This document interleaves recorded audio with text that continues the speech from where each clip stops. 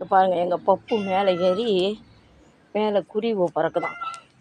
அதை பிடிக்க அவர் முயற்சி பண்ணுறாரு. என்னடி இருக்கு மேலே?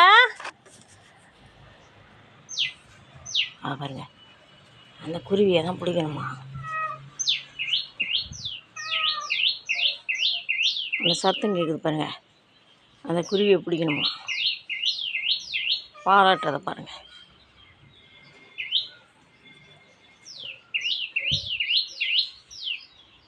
ஏய், தேன் சீட்டு கட்டுதுடா, அது மாமரத்துலேருந்து கத்துதுடா. பண்ணி இங்கே எதுவும் இல்லைடா, வாடா கீழே விழுந்துடாதடா தம்பி. வா பப்பு, ஒரு குருவி இல்லை, வா வா. இந்த குருவி சத்தத்துக்கு அலப்பாயிரம் எப்படி தேடுறான் பாருங்க.